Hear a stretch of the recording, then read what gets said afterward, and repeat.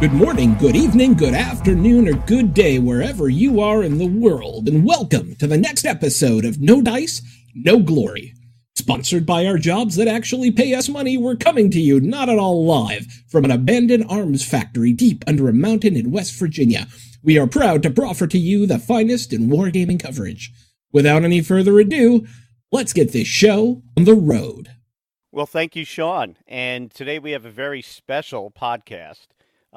This is something that we've been looking forward to for quite some time here. And we have Mark Walker, who is the owner of Flying Pig and Tiny Battle Games and has put out a lot of great games. Now, I know in some of our previous podcasts, you heard Glenn and I raving about 65.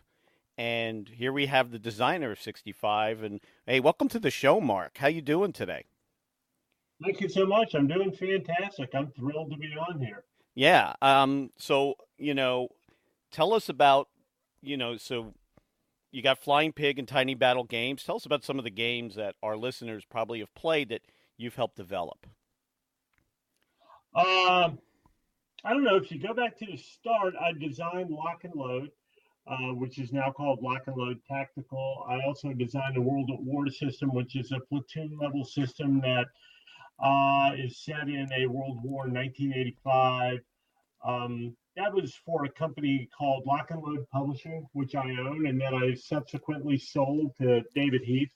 A couple of years after that, I started a new game company because I had some new ideas, and that's Flying Pig Games. And with Flying Pig Games, we concentrate on fewer but higher quality games. So far what we have out that people may have heard of, or I hope they've heard of it, is Old School Tactical, designed by a good friend of mine, Shane Logan.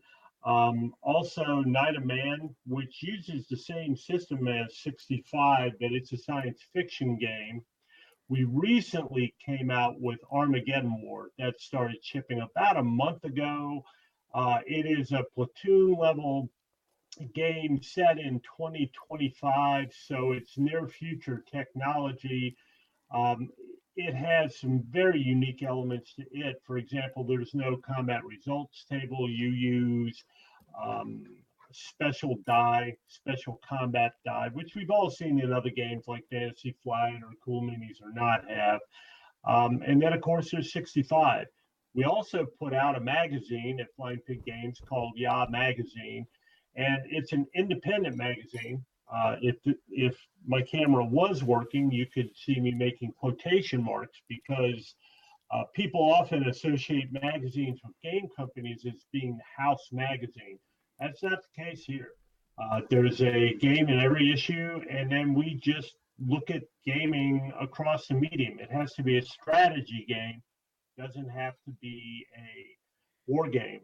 On the Tiny Battle side, too many games to really even talk about. Too many games. Too many. I mean, the idea with Tiny Battle is kind of the antithesis of the idea with Flying Pig.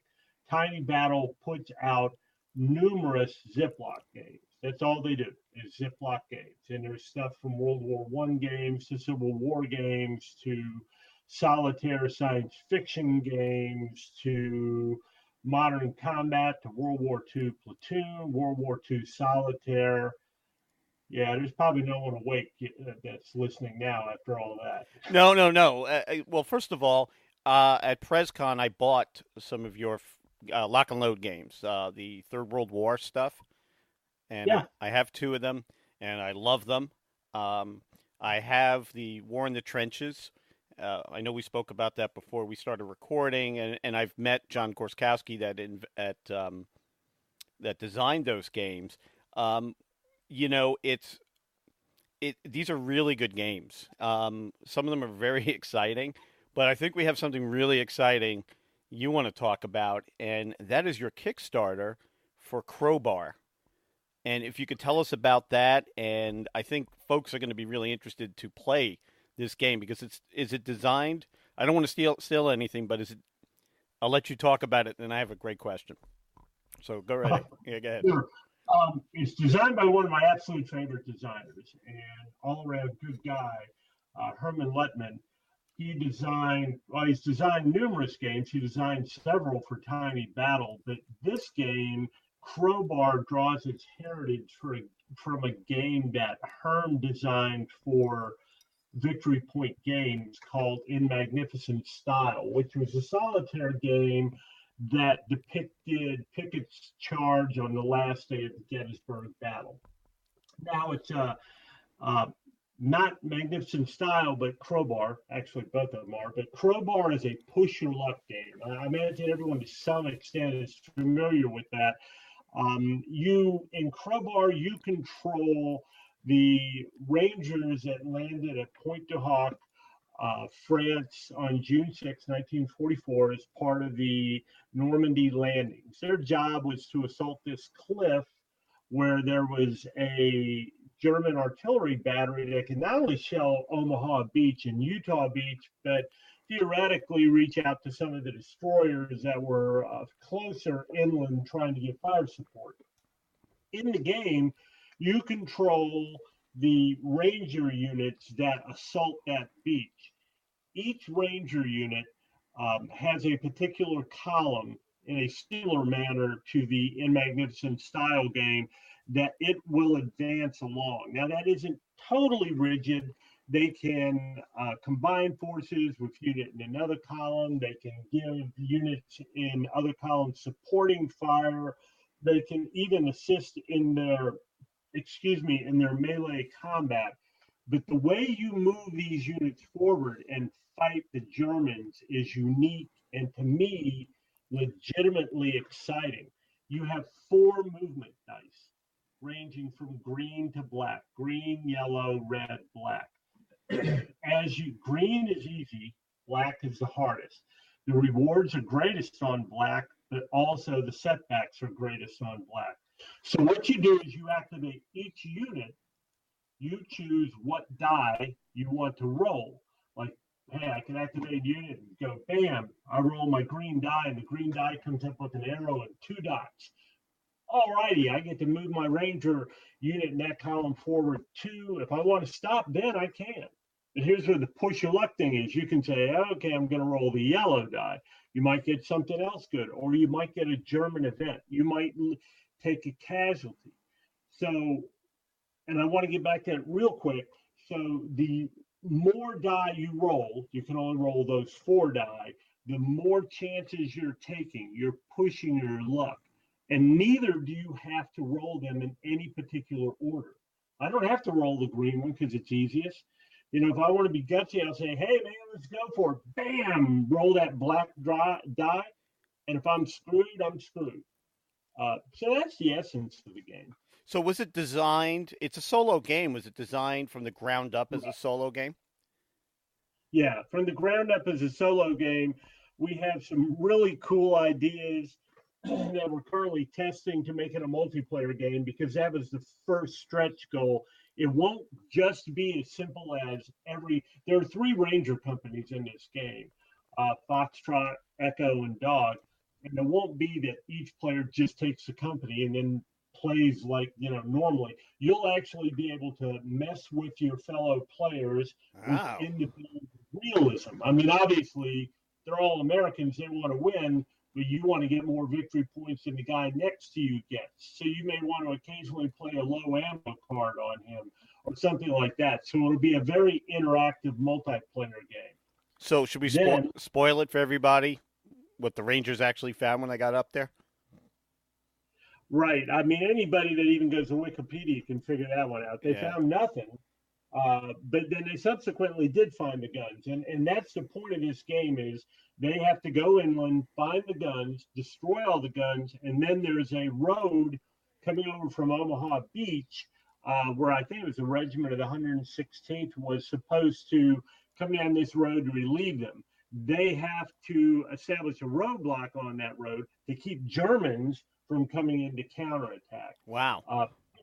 It's a rich game. I mean, you take casualties because of the die roll. You take casualties because of German machine gun positions. There are events. The die can say advance 1, German event. you pull a German event, and it could be something like move the counterattack marker 1 space. There's actually Panzer Grenadier counterattacks.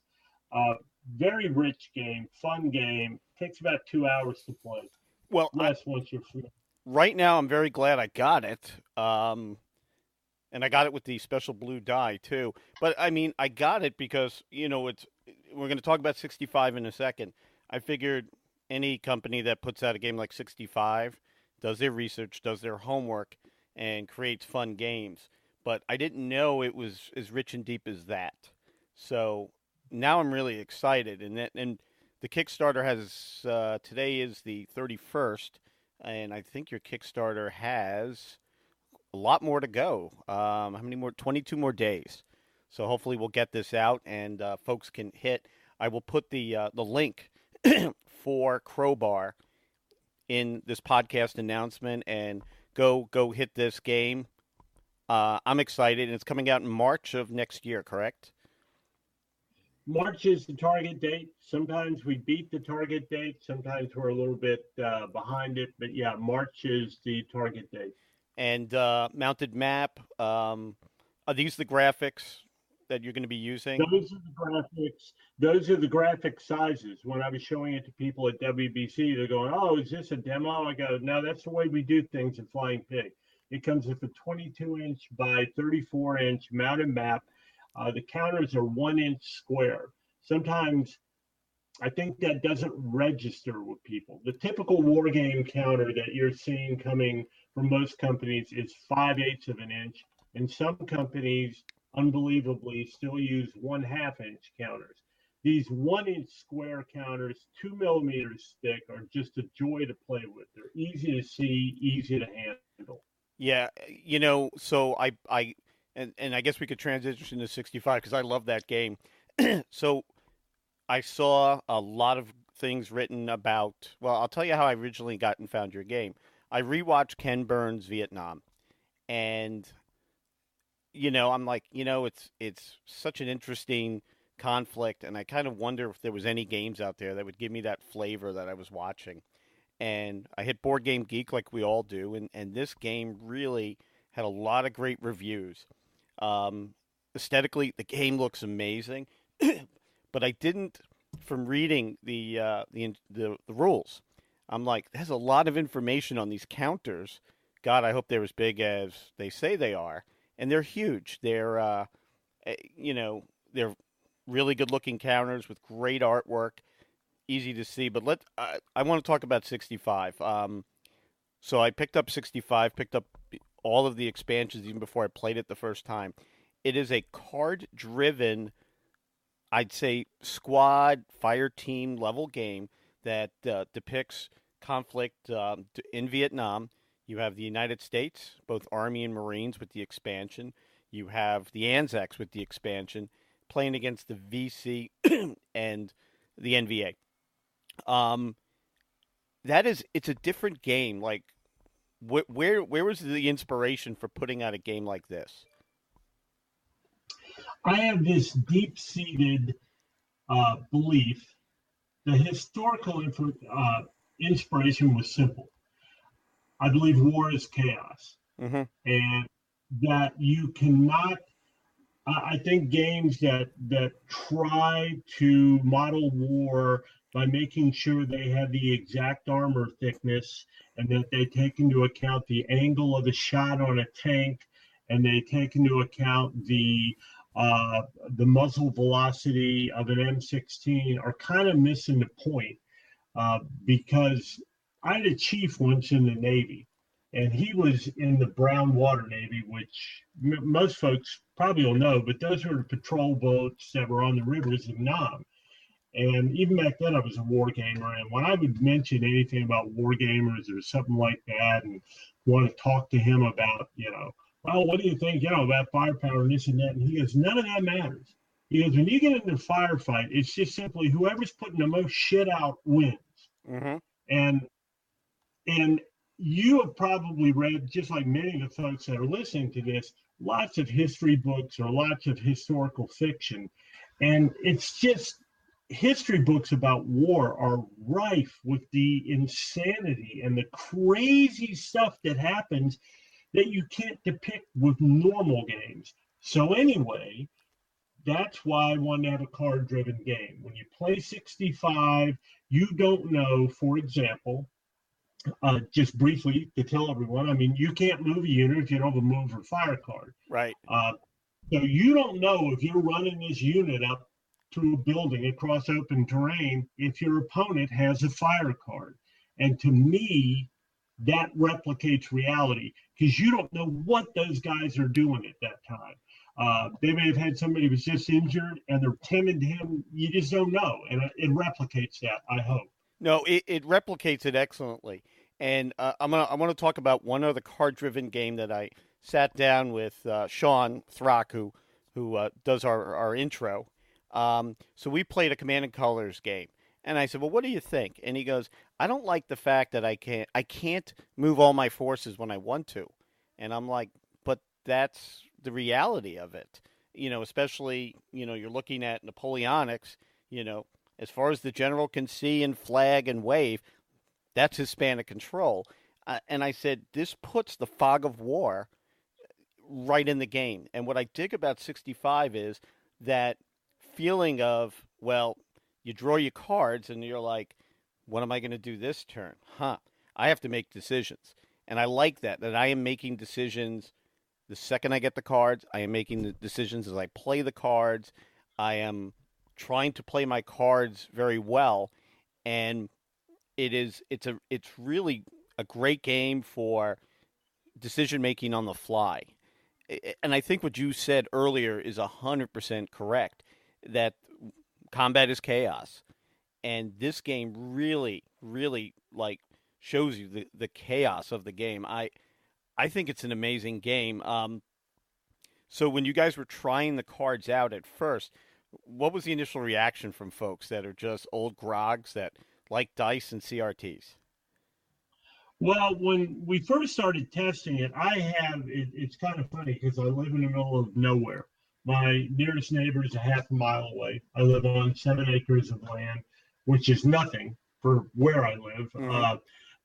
But despite all that, I have a game designer friend, Greg Porter, who did Armageddon War. He's also designed several role-playing games. Who only lives about 3/4 of a mile from me. So anyway, Greg and I started playing it. And when we first started playing it, it didn't work. It didn't work. It took a lot of work to get this thing, to get the percentages right, how many of what cards we needed to have and all that, and then what you could do with the different cards. It was probably a year and a half of testing it. But once we got it going, it was one of those things that it just hummed.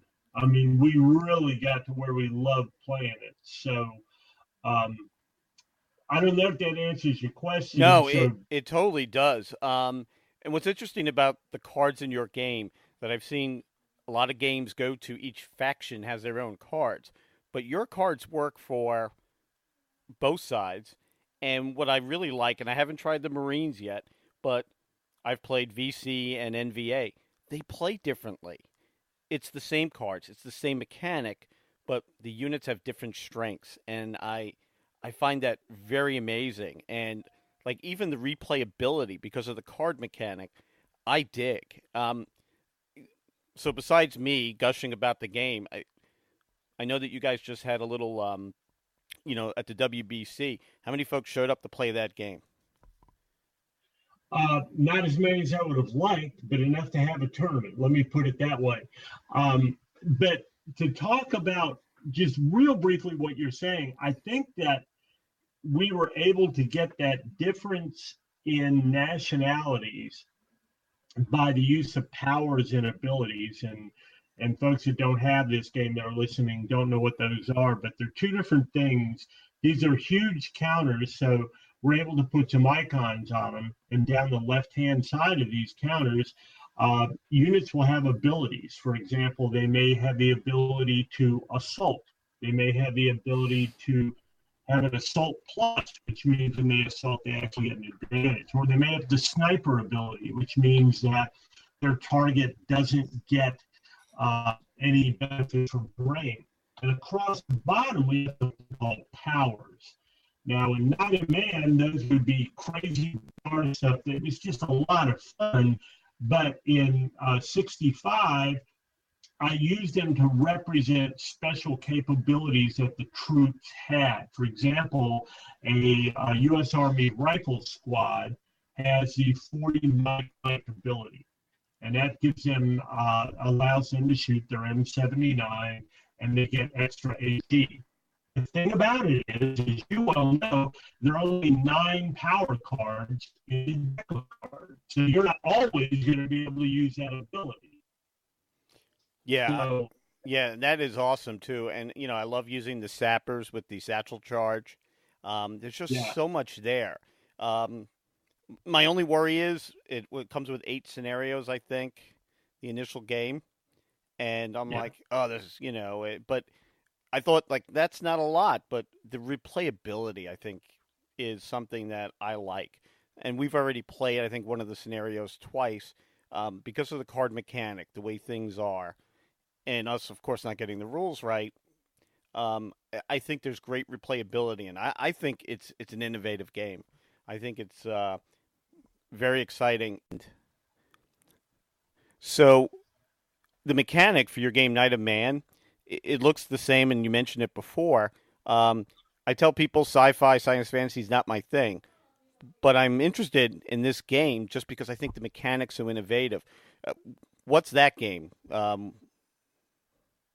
Geez. Well, it's set in the near future after aliens named the Killers have conquered Earth, and this is the remnants of Earth's militaries fighting against them. So you have M1, actually they're M1A4 Abrams, fighting against Shredder tanks, which are the alien tanks with alien technology.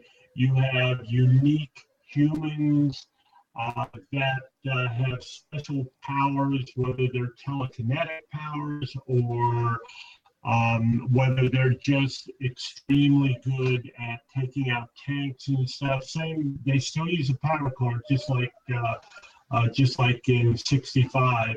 Also, the scale is just slightly different. I would call Night of Man a skirmish game, or maybe a skirmish game plus, where I would call 65 squad level. Yeah, most certainly. And it's, my enjoyment of 65, I'm going to start looking at some of these other games. It's looking at the catalog for both. And one thing I am noticing from going through is that, and I own some Tiny Battles games that they don't have the hard mounted maps, but they're amazing games. But one thing I noticed too, and I'm going to put 65 and then I'll put John Gorskowski's game because that also is very innovative. You guys take some risks on things that, most of the war gamers we know are gray-haired guys that have been pushing stuff around since Avalon Hill and SPI. You guys take some risks with that. How has that been, trying these new innovative type games out in the market? Well, sometimes we suffer for it. I wouldn't even know how to describe myself. I started off way back when playing Avalon Hill, Gettysburg and stuff. So I'm a war gamer. I love playing war games. At the same time, I love playing games like Zombicide or the others from Cool Minis or Not. I like playing 40K. So there's a part of me that believes that I can bring in not those specific games, but bring in some unique ideas and settings, perhaps, to wargaming and get people to try them. Sometimes it works, sometimes it doesn't. Night of Man, people love it, and people say, wow, it's a great game. But its Kickstarter funded the lowest of any Kickstarter we've put out. And I think it's simply because there are a lot of people that we have on our mailing lists or follow me on Facebook or Twitter that they want historical war games. And that's cool, but So that makes it difficult to stray too far afield sometimes. Has there ever been a game that you totally fell in love with that just didn't get that popularity that you thought it should? Yeah, there's one right now. I just finished a labor of love about a year and a half because it was part of a very small Kickstarter I ran. You might even call it a vanity Kickstarter. I'm also I write novels, and I wrote a role-playing game based on a novel I wrote called Dark War, and everyone I play with loves it around here. I'm running 2 campaigns, and it sells for crap pretty much. Well, I'll tell you what. I know somebody that loves RPGs. I've only done it once, but it's something that I will see. I'll try to get Sean to try. And that that's the thing too. It's you have the games that just have the classic reprint of tried and true. One thing I like seeing about these games is they're trying new things, and I think your marketing with between Flying Pig with the high quality games and these that are a little bit more, I guess, affordable would be the better way to put it. They're still great games. Yeah. That to me is just something very interesting. And a lot of it is that I think wargamers seem to always have opinions, and they don't like trying new things. And that is why if you go and you get a 65, you're not taking a risk. These are amazing games. And yeah, I don't know why Dark War is. I'm not an RPG guy, so I think my shortage of commenting ends there. Some of the other games too, I really want to try. Like I hear a lot about Old School Tactical. Like what kind of gamer would enjoy an Old School Tactical? And we talked a little bit earlier before we went on, and we mentioned Flames of War. I know a lot of Flames of War guys that want to try something that is going to give them the same feel, using the same tactics, the same thoughts as Flames of War. Is something like Old School Tactical much like that? I've seen Flames of War played. I've never played it myself, so I'm not sure if I can answer that question. But I will say most people, although the mechanics are not the same at all, most people compare Old School Tactical to Squad Leader. Not Advanced Squad Leader, but the original Squad Leader. Oh, I missed those days. It's about that same level of complexity. I would call it a fairly simple game. Of course, it's squad level where the counters represent squads. You have leaders, you have support weapons, individual tanks, individual anti-tank guns, and then it's all played out on these absolutely gorgeous, if I say so myself, 30-inch by 40-inch mounted map boards. So they're huge. We even get complaints where people say your maps are too big.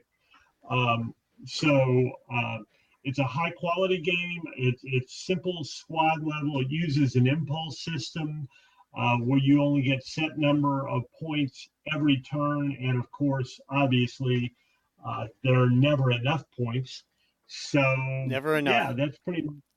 Yeah, never enough. There's never enough to do what you want to do. Yeah. Oh, go ahead. I'm sorry. No, I was droning on. Please. Oh, continue. No.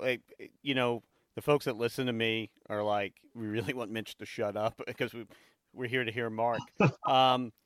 Yeah, I mean, so I'm going to ask just a couple of questions about gaming in general because I'm totally interested in it.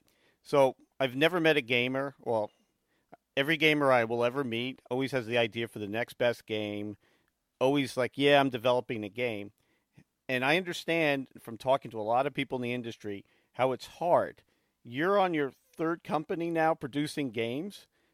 Why have you been so successful where a lot of people aren't? That to me blows me away. I wish I knew. I can tell you some of my design philosophies, and maybe they resonate with people. I only design stuff that I love, and I think I'm just an average Joe. So I think that helps me because it seems to be a lot of things that I like, other people like. So that's always helped me. I'm very enthusiastic about it. I'm enthusiastic about war games. I'm enthusiastic about playing them. I'm enthusiastic about playing games that aren't war games. I play Exploding Kittens. Like I said, I play the others. I play Zombicide, and I think that that's always helped. That people like that enthusiasm when they feel that they're buying a game from a company where everyone at the company is totally engaged, as totally engaged as they are. That they want to play games like that. Other than that, I don't know. I majored in psychology, went to war college and got a degree in whatever that degree is called. I forget now, international warfighting and politics or something. And never had a business. Wish I had. I probably would be doing a lot better. Well, I mean, who could complain? So, in the golden age of gaming, war games are thriving, and it's great to see companies that are kind of willing to push the edge. Just talking about Crowbar, how it's a press your luck kind of game. I can't think of too many games that are like that. And I think that's great that you guys are, first of all, that you have a passion for this and that you're willing to, I'll say, take risks. I don't know if you feel that way, but, I look at these games and I'm like, yeah, it's not the old Third Reich, and I just know how gamers are, but you guys have really kind of, like, I watched Crowbar. I was day one on the Kickstarter, and it was funded in one day. So I look at it, and it's, if you read, and folks, please hit the link. You don't compare it to any other game in here, and I think a lot of guys are a little nervous about that. But looking at what this game is, I think that is really, it's really kind of something that folks really should get into. How long does it take? Like right now, I know you're doing the Kickstarter. It'll be out next March. How long does it take to develop a 65 or a Crowbar or a Night of Man type game? Card-driven games take longer than any other game. It took 18 to 24 months to develop 65. Now, I meet people all the time that say, oh, I originally got this idea and started working on it 7 years ago. So 24 months doesn't seem long, except I do this. I'm blessed and lucky enough that I do this full time, full time. I mean, 24/7, like full time. And so, it took about that long. I think Crowbar, of course, that's Herm's design, and I've been in on it since the beginning. But when I say in on it, all the design choices, those brilliant design choices, are all Herm's. I've just been in on it because if Herm comes to me and says, I'm going to do a game about pooping in the bathroom, you interested? I say, yeah, I'm interested. I know Herm's a designer. I've been looking for a game about pooping in the bathroom. It can be a very difficult part of our lives. It's very important to me. So we love giving out spoilers. I know Crowbar is coming out, but 24 months to develop a game. So you guys got some stuff on the back burner. What are some exciting things we could see in the future from both your companies? Well, there's three things for Flying Pig. One of them is Old School Tactical Volume 3, which is the Pacific Theater. And that's really on the front burner. I mean, that will be our next Kickstarter. So it will probably run before the end of this year. I don't like to get too far ahead of myself with the Kickstarters, but we currently have Platoon Commander Deluxe Kursk at the printer. When it gets here, we'll be ready to launch another Kickstarter. So that could be as early as 2 months from now. There is a complete card game called La Resistance, and this isn't even up on the website yet. And it is a game about you manage a group of resistance fighters in occupied France during 1944. And then there's the sequel to 65, and your folks were the first to hear about that, and that's going to be called 85, and it's about the Soviet battle against the Afghanistanis. Really? So, yeah. Wow. So, yeah. So I'm looking forward to that. Researching that, had the counter values and the powers and stuff laid out and whatnot, and we're going to start testing that literally within the next 2 weeks. So one other thing I think that is so underrepresented in our wargaming community are games that really focus on the Pacific that get that flavor. Will Old School Tactical Pacific be a standalone game with that Pacific flavor? Absolutely. Oh, Absolutely. It has beautiful maps. Not that necessarily the maps are the only thing that gives you flavor, but Shane was actually demoing the game at WBC this past weekend, and it was very well received. But I mean, you'll have banzai assaults and all that kind of stuff, and you'll have the Marines, and the Marines will have that high firepower factor that everybody likes from Marines. And I think it'll be a pretty exciting. I'm looking forward to it. I love squad level fighting in the Pacific, at least when it's done with cardboard. yeah. Well, two of the three games you mentioned are definitely must buys. Old School Tactical Pacific and 85. That's awesome. So when you look at games, and you guys cover World War II, Vietnam, with here I'm going back to Tiny Battling, India, Pakistan. What Yeah. period do you think is underrepresented in the wargaming community that you would love to see more games about? That's a great question. We have to ask one per podcast. Yeah, I'm gonna semi dodge it, but not really.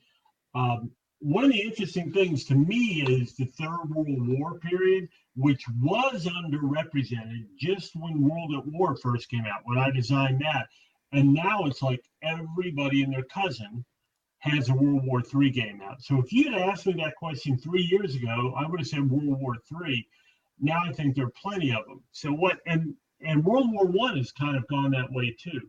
It was not well represented, and now recently, especially on the tactical level, within the trenches, with Great War Commander, which I think is just, I'm so impressed with that game and the clarity of the rules and that type of stuff. I think World War One's also well represented.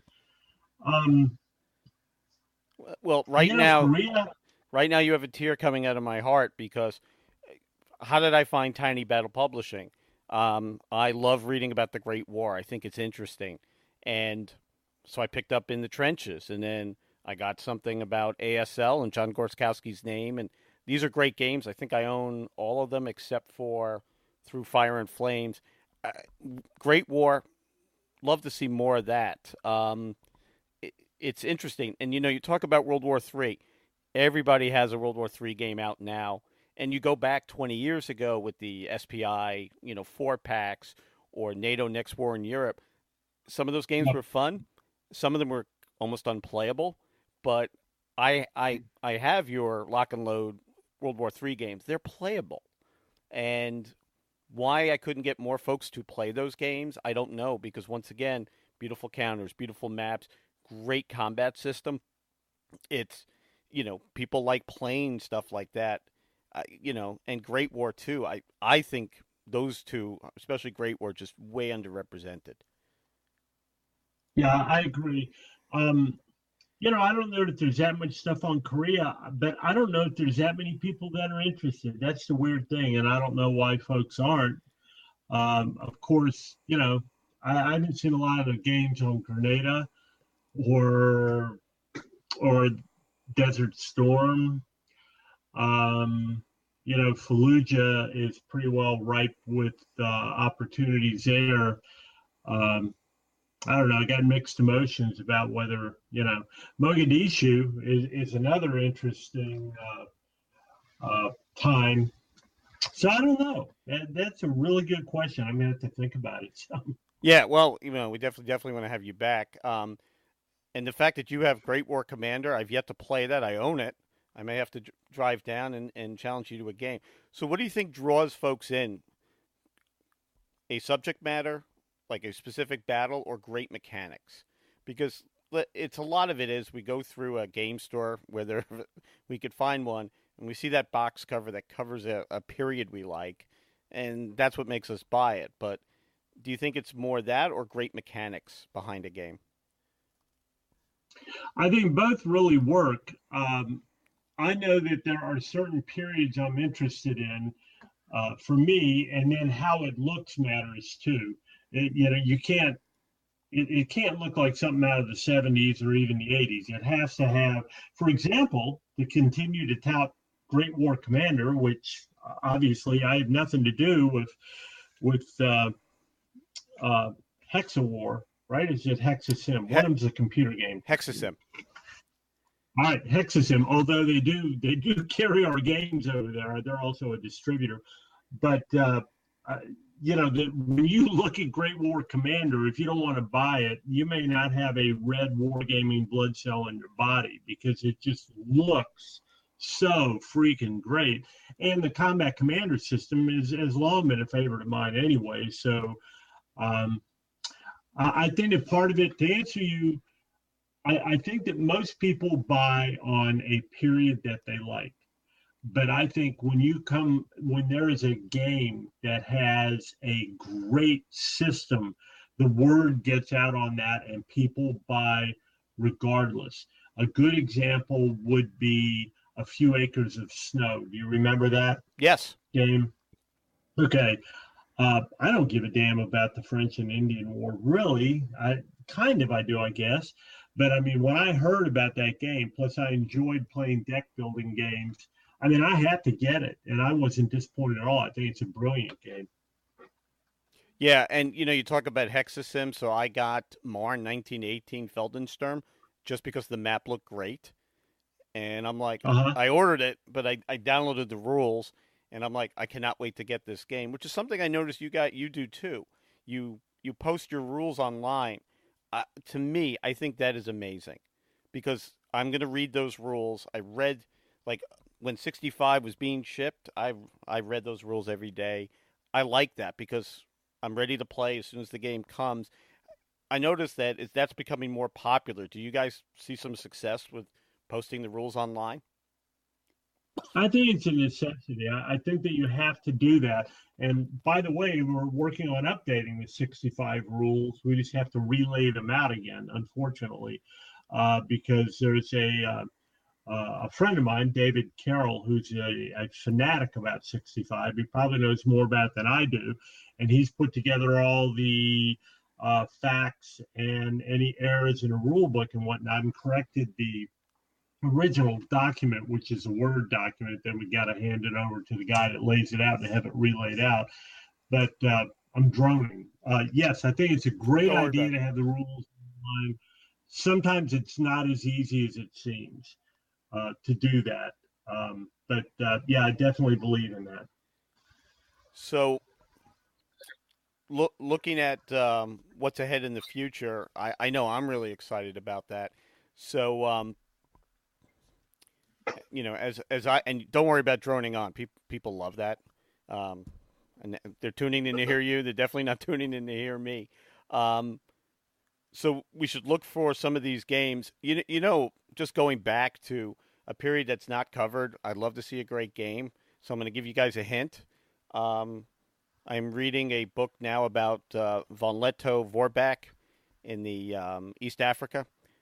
And John Gorskowski, this is for you too. I would love to see a great game that has that in there, because that is also a great skirmish squad game with, much the same as 65 or 85, where you're fighting almost an insurgency type war. These things are just not covered, and I think people would find them interesting. So you mentioned a lot of games you play. Name some of your favorite games that you didn't design. Well, I've said it 3 times this time, and that is indicative of how much I like it. But it's not a Wargamers game. It's called The Others by Cool Mini or Not. And I mean, it's a skirmish game, but different from just straight up skirmish. That would probably be my favorite game that I've played in the last 6 months. But other games that I play, um, wow, if I started rattling these off, everyone would say he's not really a war gamer. Uh, there's another one I've liked this year called Attack on Titan.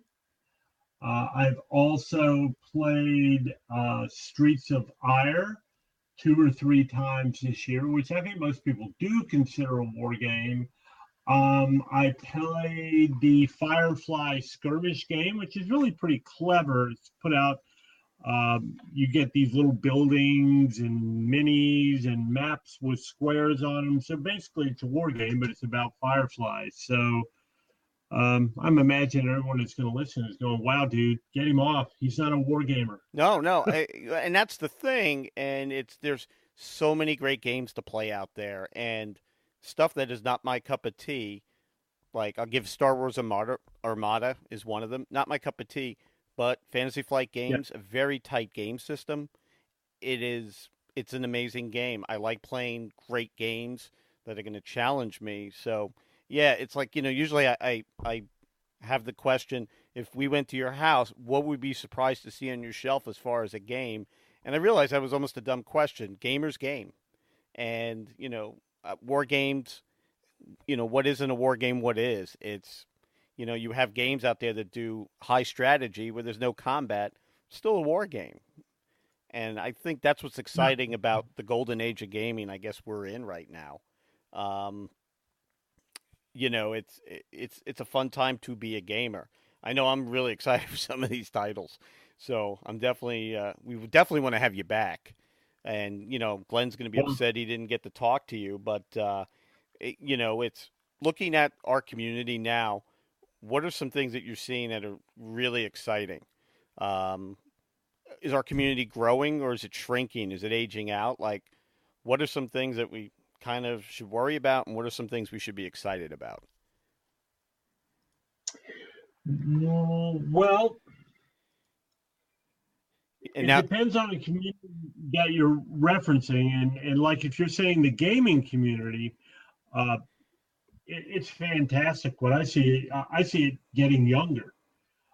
So, for example, when I sold Lock and Load Publishing in 2013, and I wasn't at Origins from 2012. I don't think I went 2013. Yeah, from 2012 until I took Flying Pig there in 2016. It wasn't like it was the same con as far as the people I saw. Younger people nowadays, and by younger, I mean, 28-year-olds, 26-year-olds, more women in gaming. And not only more women in gaming, what I would see in 2012, it seemed like many of the women I saw, their boyfriends were tugging them along by their hand or something, and maybe they were there reluctantly. Not now. Not now at all. Not only there are more women in gaming, but the women could be the one in the couple that is the intense gamer, and they're dragging their boyfriend around Origin. So I see that as a super positive thing right there. On the other hand, sometimes with wargaming, I get a little bit worried because I go to a place like WBC, and if the average age of a gamer at Origins is 28, the average age of a gamer at WBC is 55. Yeah. And that's concerning to me, and I don't know what to do about it except try to make the best games I can. My oldest daughter, who is 29, off getting her doctorate and stuff, she loves the game, and she'll war game in a heartbeat. And she'll teach her friends, and her friends will war game in a heartbeat. And I go, what are we missing here? Because when these kids are actually introduced to it, gamer kids, they go, wow, it's awesome, it's great. Yet when you're at a con, usually it's the older folks you see doing a war game. I'm not smart enough to figure it out yet. I don't know what it is, but that's how I see it. Yeah, I noticed that too. And I've gone to Gen Con, and it's such a young crowd there, but I host tournaments up here, and I'm looking at it's an older crowd. We're starting to see younger people get into it. And I think a lot of it is we got to shut off the video games. I have an 11-year-old that is in love with video games, and I'm trying to get him to sit down and play some of these games because he can. And it's really just trying to say, it's human face-to-face interaction is still good. And that's why I think board games, war games, it's never going to die because I think we still need that face-to-face, competitive action that I like. And of course, our community is a bunch of like-minded people. We probably could do a whole podcast on similar books of history we read, which actually spurns my war game buying. Like you talked about Korea. I see that you have Tiny Battle does have a Korea game, and I'm reading the book. I forgot the guy's name, Halberstam's book about Korea, and that's going to make me want to go out and buy a Korean war game. So, it's an addictive hobby. It's something fun, and a lot of people are nervous about going to cons. I think a lot more folks should try it. Why? I don't know. And I think I think we don't do ourselves service though. And once again, I'll blather on about our hobby. That when I see guys in a store playing a game I find interesting, they want to play the game. They don't necessarily want to talk to me and tell me about it. That's why I think what you do by going and showing and teaching people your games, I think that's really important because gamers they don't want to be bothered. Do you find that as being an issue? No, not to discount what you're saying at all, but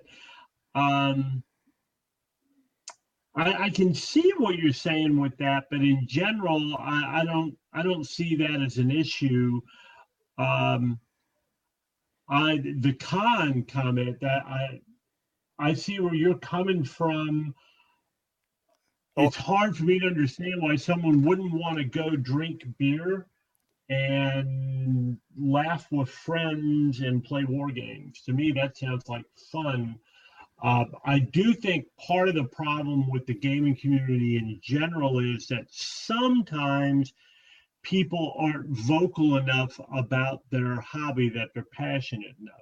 So like you play war games, okay, or you play any games, you're at the office and maybe you keep that part of your life hidden rather than talking about it. And by talking about it, you find all this community that also loves doing it. I live in a village. It's not a town. It's a village of 500 people. There are more cattle here than there are people, okay? I have more people to game with than I have time to game. And it's just because I don't plan up.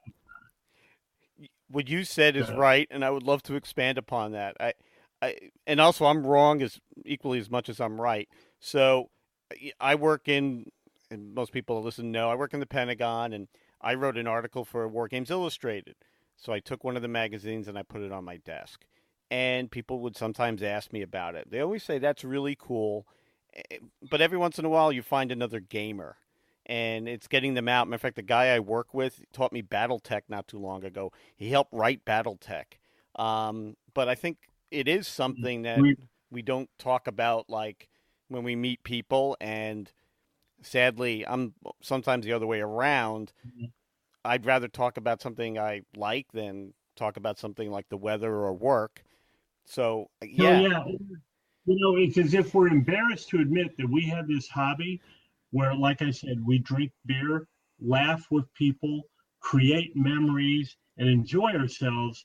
We'd rather talk about the stupid TV show we're watching. Yeah. It's just, that's all wrong.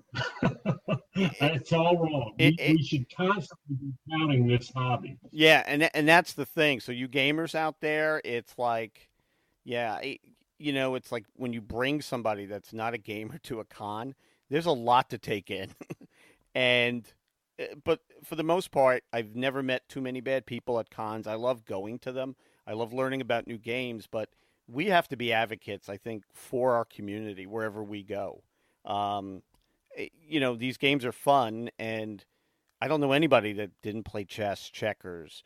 Well, there's a little difference between that type of strategy game and playing, old school tactical. I would find old school tactical more fun because it has more flavor. Where Yeah. we I think need to get out there and drive the excitement in our community. But I think great games like yours do that. They're innovative. They're not my dad's games, who was never a gamer. They are really interesting games, and a lot of guys that have that great idea for a game, look around, because a guy like Mark is probably has it on his shelf and is producing it, and it's ready to buy. And I think that's what's great about this hobby. I think it's a lot of fun, and it spurs on a lot of other things. What I read, what I watch, like how I got into 65. I rewatched Ken Burns' Vietnam, and I want to play that, something like that, And this game is kind of like the game that goes with that type of documentary or a movie like Platoon. I think that all these things are interrelated. So if you like something, there's got to be a game for it. I'd say, folks out there, go check it out, and especially check out some of Mark's games. I mean, I've been playing your games for quite some time from Lock and Load, which is another great series. And some of these games are just, to me, very exciting. I just need to go get a part-time job. I may have to drive Uber to buy all these games, but yeah, I mean, it's awesome.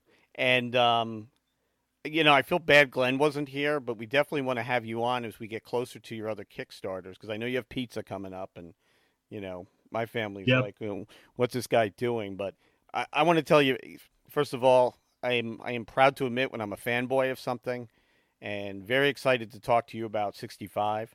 As much as I was excited last week to plunk down money for Crowbar, I am really excited to see this game now, because the way you explained it made me like, man, that was the best $85 purchase I made last week. Well, I shouldn't say that too loud. People are like, hey, but in my family, not out there. But I mean, these are great games guys should be playing. And like I said, to me, I could talk to you about 65 for another hour and a half. And I'm going to get Glenn. We'll get in the car sometime. We'll love to come down and game with you. And if you're ever up here, hey, drop us a line, and we'll meet face-to-face, drink some beers, and play some games. But I know I'm going to thank you from our No Dice, No Glory crew. Is there anything you want to leave us with before? We definitely want to talk to you again, so hopefully you'll come back on. But if there's anything you want to leave us with. Great. I've really enjoyed talking with you. And I'd just like to encourage folks to go check out Crowbar. And if it looks like something they'd like, please pledge for it. But thanks for having me on. Oh, no problem. And I will give a plug here. You can see Mark's games at flyingpiggames.com and at tinybattlepublishing.com. We're going to have links to both of the websites and the Kickstarter with this podcast coming out. And once again, man, it's exciting to talk to you, and we want to hear from you soon. And I think I'm going to send it back to Sean in the studio. Thanks so much for joining the show tonight. Remember to follow us on Twitter at No Dice, No Glory, and keep the conversation going on NoDiceNoGlory.com, now featuring our own message boards. Have a great night, everybody.